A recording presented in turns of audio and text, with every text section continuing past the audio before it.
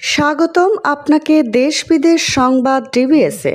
ঢাকা মাওয়া এক্সপ্রেসওয়েতে গুলি করে শাহিদা আক্তার নামের এক তরুণীকে হত্যায় অভিযুক্ত তৌহিদ শেখ তন্ময়কে গ্রেফতার করেছে ডিবি পুলিশ। পুলিশ জানিয়েছে, বিয়ের জন্য চাপ দেওয়ায় শাহিদাকে হত্যা